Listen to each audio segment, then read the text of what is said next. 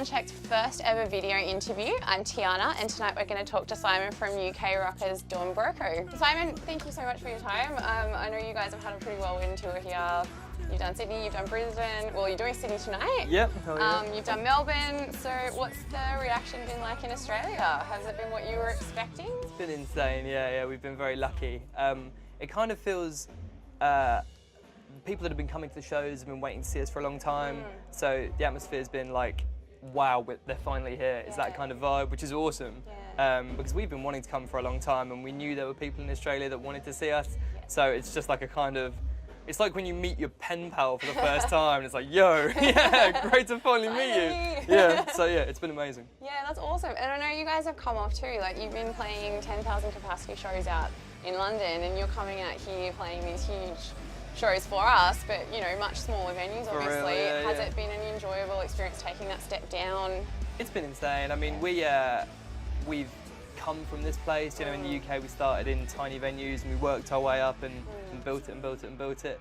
And we love the small shows. Like, it's such a kind of sick vibe being in each other's faces, and there's that kind of animal heat, and the big shows are great, but you lose a lot of the connection with the audience because you're physically so far from them.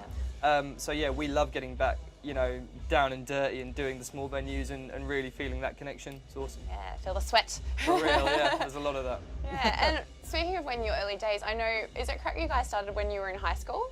So me, Matt and Rob, we've been playing in bands when we were at school. We've known each other since we were little kids, and we always used to like spend our lunch breaks, you know, just jamming.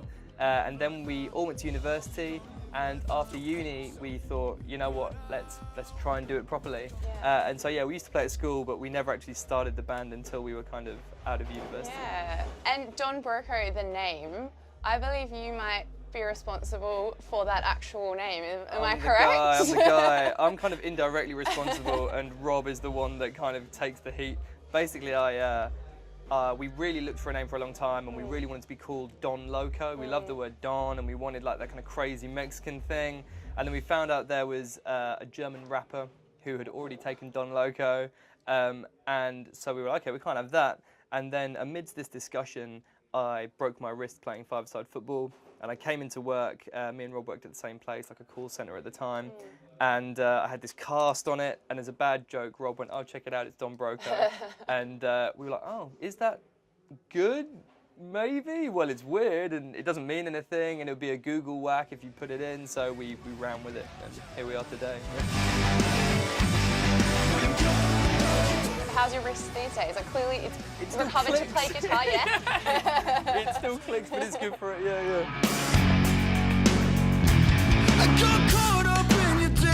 You know, you have been headlining around all these big festivals, you've had all these shows constantly, like you're not a new band at all, as we know, because we've known about you guys for a long time, but is there a band that you guys still have on your wish list to play with?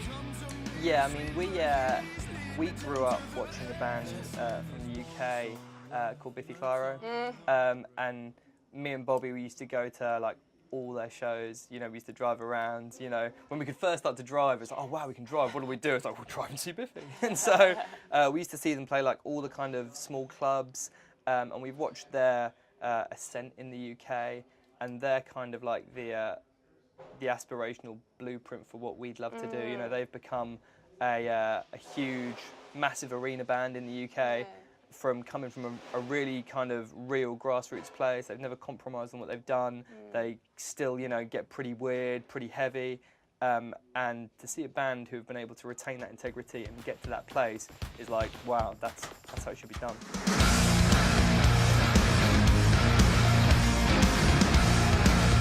Speaking of heavy too, like I know the brand new album Technology is coming out next February. I'm hearing a bit more of a heavy vibe from it. Is there anything else we can have revealed for this new album, or do we have to wait till next year? I guess, well, what can I tell you? It's kind of, it's definitely the heaviest stuff we've ever done.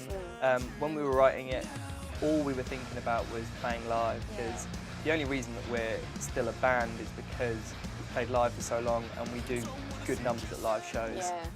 We've never, you know, had that kind of crazy freak, you know, radio or press push that's made you big overnight. So we're thinking, you know, what's the reason we're in a band? We play live, people like it.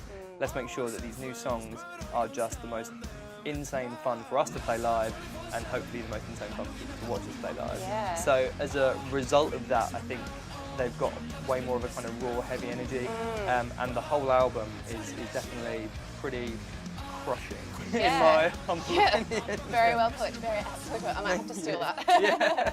Okay, well, I know you guys are wrapping up 2017 solidly with this tour. I hope it goes amazingly, and I can't wait for technology. And thank you so much for your time, and good luck with Sydney tonight. Kick its ass. Thanks for having me. Yeah. I know you're not the only one missing. Quit messing around. Oh, your lover's been messing around. Ooh, now.